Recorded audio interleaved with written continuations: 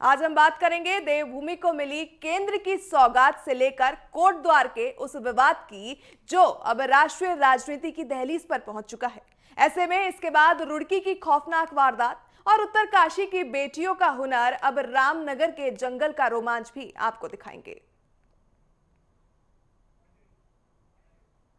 तो बता दें, जिस तरीके से कल निर्मला सीतारमण की तरफ से बजट पेश किया गया, तो ऐसे में बजट 2026-27 में उत्तराखंड को क्या क्या मिला है, क्या क्या सौगातें उत्तराखंड के वासियों को मिली है, इस खास पेशकश के जरिए हम आप तक पहुंचाने की पूरी कोशिश करेंगे।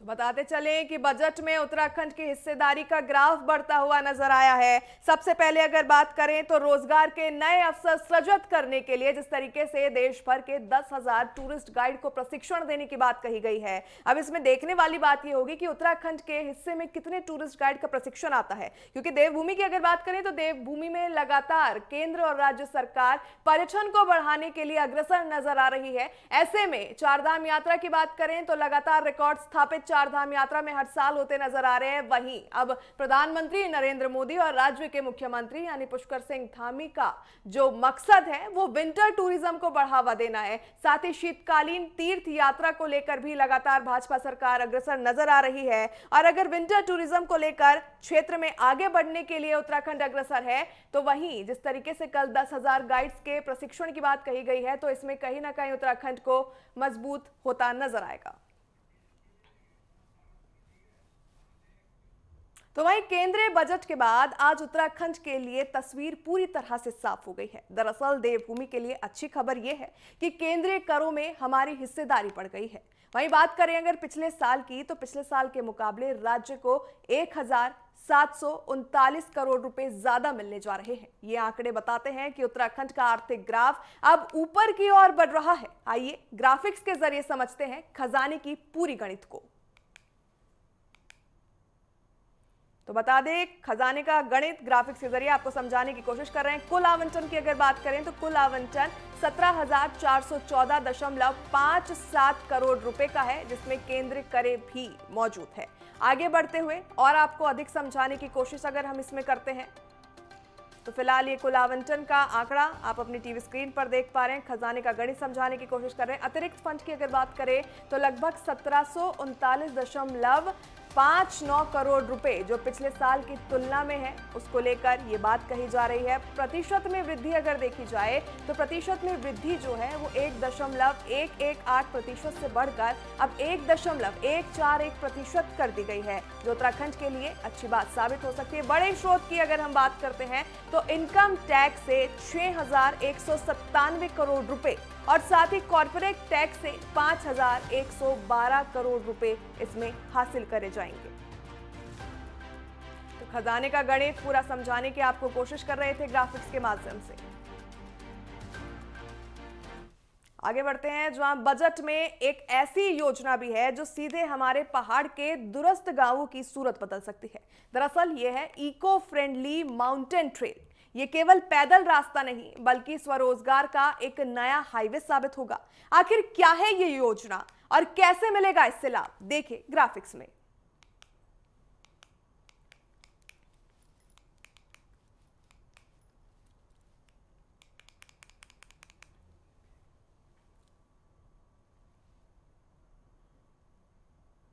तो उत्तराखंड के लिए लगातार जिस तरीके से बात कही जा रही थी, उम्मीदें लगाई जा रही थी केंद्रीय बजट 2026-27 से, कहीं ना कहीं राज्य के लिए ये बजट जो है वो अच्छा साबित होता हुआ, जिस तरीके से कल वित्त मंत्री की तरफ से ऐलान किया गया, उससे पर्यटन के क्षेत्र को नई बुनियादें मिलती अब नजर आ रही है। ऐसे में पहाड़ी क्षेत्रों के लिए, मैदानी क्षेत्रों के लिए, सबके लिए कुछ ना कुछ कल बजट पिटारे से वित्त मंत्री ने पटल के सामने रखा है। ऐसे में उत्तराखंड की झोली में कई बड़ी बड़ी सौगातें आई हैं। विपक्ष का हालांकि फिर भी हमला देखने को मिला।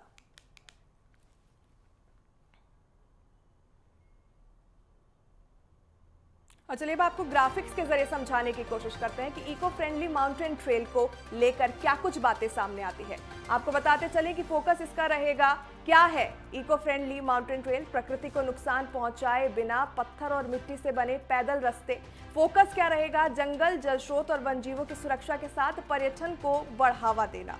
वहीं अगर बात करें इसके फायदे की तो बड़ा फायदा इसका होगा ट्रैकिंग और हाइकिंग के शौकीनों के लिए नए प्लेटफॉर्म्स जो है वो खुलते नजर आएंगे। वहीं अब इसका सीधा असर रोजगार पर भी पड़ता नजर आएगा। रोजगार के क्षेत्र में बात करें तो गाइड, पोर्टर, टैक्सी और होम स्टे संचालकों के लिए आय बढ़ती नजर आएगी। इसके पीछे के विजन की अगर हम बात करते हैं कि आखिरकार सरकार का मकसद क्या है इको फ्रेंडली माउंटेन ट्रेल को लेकर, तो स्थानीय स्तर पर काम देकर पलायन रोकना और साथ ही ओवर टूरिज्म को कम करना सरकार का मुख्य focus eco friendly mountain trail से देखने को मिलेगा। और चलिए इस पूरी चीज को लेकर आपको सुनवाते कि वित्त मंत्री निर्मला सीतारमण ने क्या कुछ कहा है।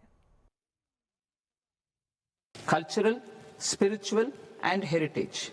This initiative will create a new ecosystem of jobs for local researchers, historians, content creators, and technology partners. India has the potential and opportunity to offer world-class trekking and hiking experience. We will develop ecologically sustainable mountain trails in Himachal Pradesh, Uttarakhand, and Jammu Kashmir. Also in Araku Valley in the Eastern Ghats and Podigai Malay in the Western Ghats. Turtle trails along key nesting sites in the coastal areas of Odisha, Karnataka and Kerala. And 3 bird watching trails along the Pulicat Lake in Andhra Pradesh, Tamil Nadu. It's on the border. तो वहीं देवभूमि उत्तराखंड जो है वो लंबे समय से जड़ी बूटियों का केंद्र रहा है और अब इसी क्षमता को बजट में सम्मान मिलने की भी उम्मीद है। बताते चलें कि देश में 3 आयुर्वेद एम्स खुलने और साथ ही उत्तराखंड की दावेदारी सबसे मजबूत मानी जा रही है। इसके अलावा युवाओं के हुनर को निखारने के लिए भी बजट में बड़े प्रावधान है।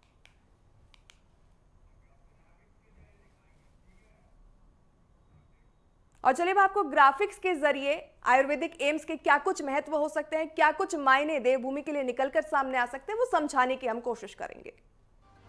अगर बात करें स्वास्थ्य और युवाओं की तो आयुर्वेद एम्स से 3 संस्थानों में से एक उत्तराखंड को मिलने की प्रबल संभावना जो है वो देखने को मिल रही है। ऐसे में अगर आगे चलकर बात करते हैं गाइड ट्रेनिंग की तो 20 प्रमुख पर्यटन स्थलों पर 10,000 युवाओं को 12 हफ्ते की विशेष ट्रेनिंग मिलेगी। डिजिटल ग्रिड की अगर जिक्र करें, बात करें तो विरासत स्थलों के डॉक्यूमेंटेशन से टेक्निकल युवाओं को नए अवसर मिलेंगे। हेल्थ सेक्टर के ऊपर अगर थोड़ा सा फोकस करें तो जिला अस्पतालों में इमरजेंसी और ट्रॉमा केयर सुविधाओं का भी विस्तार होता नजर आएगा।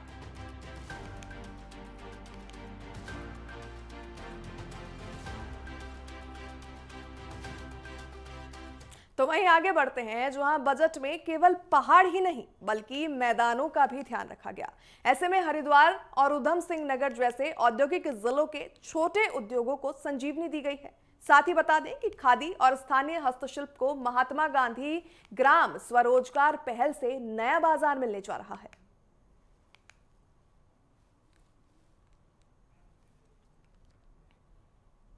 चलिए अब आपको ग्राफिक्स के जरिए समझाने की कोशिश करते हैं कि उद्योग और इंफ्रास्ट्रक्चर किस तरीके से देवभूमि के लिए जो है वो बेहतर साबित होता नजर आएगा बजट 2026 और 27 के परिवेश में। अगर सबसे पहले एमएसएमई राहत की बात करें तो पेमेंट सिस्टम मजबूत होगा जिससे छोटे उद्यमियों की पूंजी नहीं अटकती नजर आएगी। अब आगे अगर बढ़ते हैं स्वरोजगार की तरफ देखे जाए तो खादी और ओडीओपी को लेकर बात करेंगे। ट्रेनिंग, ब्रांडिंग और साथ ही मार्केट लिंक के जरिए कारीगरों को सीधा फायदा इससे मिलने की पूरी संभावना उम्मीद जताई जा रही है। शहरों के विकास की अगर हम बात कर लें तो राजधानी देहरादून के साथ हरिद्वार और हल्द्वानी में सड़क, पानी और सीवर के लिए पूंजीगत खर्चा जो है वो बढ़ा है बजट 2026-27 में। तो वहीं एक तरफ जहां बजट के आंकड़े उम्मीद जगा रहे हैं तो दूसरी तरफ सियासी गलियारों में वार, प्रत्यावार का दौर शुरू हो चुका है। मुख्यमंत्री पुष्कर सिंह धामी जहां इसे ऐतिहासिक बता रहे हैं, तो वहीं दूसरी ओर विपक्ष की बात करें तो विपक्ष इसे जनता के साथ केवल एक छलावा करार दे रहा है। सुनिए दोनों दिग्गजों के तर्क। केंद्रीय वित्त मंत्री निर्मला सीतारमण जी के द्वारा जो लगातार 9वीं बार बजट प्रस्तुत किया गया है, मैं उनको बहुत बधाई देता हूं, शुभकामनाएं देता हूं और आदरणीय प्रधानमंत्री श्री नरेंद्र मोदी जी के नेतृत्व में विकसित भारत के संकल्प को पूरा करने वाला ये बजट भारतवासियों की आशा अपेक्षाएं, उनकी आकांक्षाओं को पूरा करने वाला बजट है। और साथ ही जो भारत एक महाशक्ति के रूप में, आर्थिक महाशक्ति के रूप में उभर रहा है, आज दुनिया की चौथी सबसे बड़ी अर्थव्यवस्था बन गया है, उसको और विस्तार देने वाला बजट है। इसके साथ साथ लोकल से ग्लोबल बनने का बजट है और लोक कल्याणकारी बजट है। इसमें हर वर्ग के उत्थान का प्रावधान किया गया है। हर राज्य का, वहाँ की परिस्थितियों का पूरी तरह से ध्यान करते हुए इस बजट को बनाया गया है। हमारे प्रगति पोर्टल पर जो 42 योजनाओं की समीक्षा का एक आकलन कर रहा था, तो 3.5 लाख करोड़ से ज्यादा की योजनाएं अभी तक गतिमान हैं। इस बजट में हमारे जैसे पर्वतीय राज्य की आवश्यकताओं को ध्यान में रखते हुए इंफ्रास्ट्रक्चर, पर्यटन, कृषि, उद्योग, युवा महिला सशक्तिकरण की दिशा में भी इसमें ध्यान प्रावधान हुआ है। ये बजट जो वैश्विक दबाव हैं अर्थव्यवस्था के ऊपर, उनसे किस तरीके से जूझने की रणनीति बनाता है, उस पर बहुत कुछ हमारी अर्थव्यवस्था के आगे का नक्शा निर्भर करता है। आप 2047 का सब जवाब जो कुछ भी दिखाएं, लेकिन बुनियाद अब पड़नी है, इस समय पड़नी है। तो इस समय जिस प्रकार से रुपये की कीमत डॉलर के मुकाबले कम हो रही है और हमारा जो मैन्युफैक्चरिंग सेक्टर है वो करीब करीब स्टैग्नेट है अपनी जगहों पर, उसमें कोई ऐसा उछाल दिखाई नहीं दे रहा है, आया नहीं है। इससे रोजगार की संभावनाएं सीमित हो रही हैं और स्टार्टअप से लेकर के जितने दूसरे क्षेत्र जिनमें सरकार के बहुप्रचारित क्षेत्र थे, वो अपेक्षित रिजल्ट दे नहीं पाए हैं और उसका सबसे बड़ा कारण है कि निर्यात संकुचित हुआ है।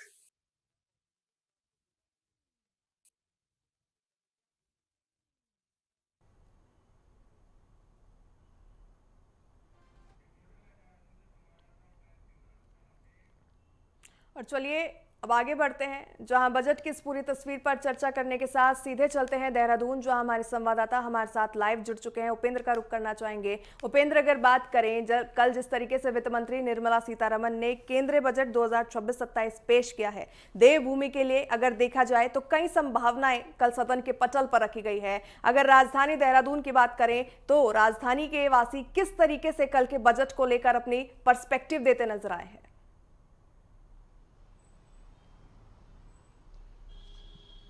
देखिए, अगर बजट की अगर बात की जाए तो जिस तरीके से हर एक बिंदुओं को छूने का जो है, जिस तरीके से निर्मला सीतारमण ने जो है वो प्रयास किया है और हर जगहों पर एक बजट का एक प्रावधान रखने की कोशिश जो है वो की गई है। जिस तरीके से हमारी कल भी जो है कई लोगों से बातचीत हुई, जो बजट एक्सपर्ट हैं उनसे भी बातचीत हुई और युवाओं से भी बातचीत हुई, तो बजट एक्सपर्ट का भी ये मानना था कि ये जो बजट इस बार जिस तरीके से जो पेश हुआ है, ये एक साल को लेकर इसको न देखा जाए कि एक साल में इसमें कोई भी प्रावधान उस तरीके से नहीं किया गया आम आदमी के लिए कि जिस पर कोई खास जो है उसमें प्रावधान नहीं रखा गया, लेकिन इसको लॉन्ग टर्म वाला बजट जो है वो देखा जा सकता है। जिस तरीके से एमएसएमई, लघु उद्योग, सूक्ष्म उद्योग की जो बातें की गई है, तो ये उत्तराखंड के लिए खासतौर पर अगर बात की जाए तो यहाँ पर काफ़ी अच्छा जो है उनके लिए बजट जो है वो हो सकता है और उस पर काम करने की कोशिश जिस तरीके से युवा जो है वो कर सकते हैं, उस पर हालांकि जिस तरीके से स्वरोजगार की दिशा में पहले ही सरकार जो है जिस तरीके से काम कर रही है, और ऐसे में कई सारे स्वरोजगार के क्षेत्र में जो है यहाँ पर युवा जो है वो काम भी कर रहे हैं। तो ऐसे में जो लघु और सूक्ष्म उद्योगों की जो को लेकर जो बजट में प्रावधान रखा गया है, तो ऐसे में युवा इसमें सबसे ज़्यादा जो है हिस्सेदारी ले सकता है। तो ऐसे में युवाओं को लेकर काफ़ी बेटर जो है वो बजट हो सकता है अगर इस और जो है वो काम करते हैं। दूसरा, जिस तरीके से पर्यटन को लेकर जिस तरीके से जो बात आई है कि जो हिमालय राज्य हैं, चाहे वो जम्मू कश्मीर के हों, उत्तराखंड के हों, हिमाचल के हों, जो भी जो हिमालय राज्य हैं, वहाँ पर अगर देखा जाए तो वहाँ पर पर्यटन की दृष्टि से उत्तराखंड के लिए सबसे बेटर जो है वो माना जाता है, क्योंकि उत्तराखंड की जो आर्थिकी है वो पर्यटन से जुड़ी हुई है। और जिस तरीके से चारधाम यात्रा से लेकर तमाम सारी जो चीज़ें यहाँ पर घूमने को लेकर, चाहे वो मसूरी हो, चोपता हो, तमाम जगहों पर, चाहे वो फूलों की घाटी हो, तमाम ऐसे जगह हैं जहाँ पर जो है घूमने के लिए जो है वो पर्यटक आते हैं और सबसे ज़्यादा पर्यटक यहाँ पर घूमने के लिए आते हैं। तो वहाँ पर भी जो है सबसे ज़्यादा निवेश जो है यहाँ के लोग कर सकते हैं, तो उनके लिए भी काफ़ी अच्छा जो है प्रावधान जो है बजट में रखा गया है। साथ ही ट्रैकिंग और हैकिंग की अगर बात जिस तरीके से जो है वो की गई है, उसमें भी अगर देखा जाए तो काफ़ी अच्छा सुनहरा अवसर जो है यहाँ के लोगों के लिए है, ताकि वो ट्रैकिंग और हैकिंग में जो है वो काम कर सकते हैं। क्योंकि बाहर से जो ट्रैकिंग के लिए जो लोग आते हैं उनको गाइड करना, इन तमाम सारी चीज़ों के लिए के जो है प्रावधान बजट में रखा गया है। तो ऐसे में ये माना जा सकता है कि जिस तरीके से प्रधानमंत्री ने भी कहा कि लोकल से ग्लोबल की ओर ये बजट जो है वो जा रहा है, और जिस तरीके से मुख्यमंत्री पुष्कर सिंह धामी ने भी आज केंद्र सरकार बिल्कुल उपेंद्र, अभी जिस तरीके से आप जिक्र कर रहे थे चोपता का, अगर बात करें चोपता के साथ में तुंगनाथ हो गया, ऐसे कई ट्रैकिंग के और हाइकिंग के अवसर देवभूमि में मौजूद है। प्रधानमंत्री खुद कह चुके हैं कि विंटर टूरिज्म की अपार संभावनाएं देवभूमि में देखने को मिल सकती है। ऐसे में 10,000 गाइड्स के प्रशिक्षण का जिक्र करना भी फिलहाल बेहद अहम हो जाता है, क्योंकि उत्तराखंड में अगर इसका छोटा सा प्रतिशत भी टूरिस्ट गाइड के प्रशिक्षण का देखने को मिलेगा तो न सिर्फ ट्रैकिंग और हाइकिंग बल्कि टूरिज्म का जो नया विजन लेकर सरकार चल रही है, चाहे वो केंद्र सरकार हो या राज्य सरकार हो, वो कहीं ना कहीं स्थापित होता नजर आएगा। देखिए, इसका साफ तौर पर असर जो है उत्तराखंड पे साफ तौर पर इसका लाभ जो है वो मिलेगा, क्योंकि जिस तरीके से हम ट्रैकिंग हैकिंग की अगर बात की जाए तो आपने जिस तरीके से तुंगनाथ की बात की, वहां पर भी काफ़ी अच्छा ट्रैक जो है वो जा सकता है। लेकिन सरकार जिस तरीके से अभी तक सिर्फ 4 धामों तक सिमटी हुई थी कि 4 धाम यात्रा पर जिस तरीके से जो है यहाँ पर पर्यटक जिस तरीके से काफ़ी संख्या में आते हैं, ऐसे में तमाम उत्तराखंड में ऐसी जगह हैं जहाँ पर ट्रैकिंग हो सकती है। उन जगहों का जो है प्रचार प्रसार करने की ज़रूरत है, ताकि और ज़्यादा पर्यटक जो है वो घूमने के लिए आ सकते हैं। प्रत्येक जनपद यानी कि 13 जनपदों में अलग अलग जगहों पर जो है घूमने के कई सारे ट्रैकिंग जो है वो यहाँ पर जो है वो देखने को मिलते हैं, और उन जगहों पर जो है आप घूम भी सकते हैं। चाहे उत्तरकाशी की गरतांग गली की बात की जाए, वहाँ पर जिस तरीके से जब गरतांग गली जब बनी थी जो तिब्बत सीमा को और जोड़ती है, वहाँ पर भी जब गरतांग गली को जो दोबारा से जब बनाया गया था तो उस पर भी काफी संख्या में जिस तरीके से पर्यटक जो है वो घूमने के लिए जाते हैं, ट्रैकिंग के लिए वहां बिल्कुल बिल्कुल उपेंद्र, अगर बात करें तो कल बजट जो है वो कई नई अंदेशें लेके आया है, कई नई अपार संभावनाएं जो है देवभूमि के लिए जो है वो लेकर आया है। फिलहाल बहुत बहुत धन्यवाद तमाम जानकारियों के लिए आपका।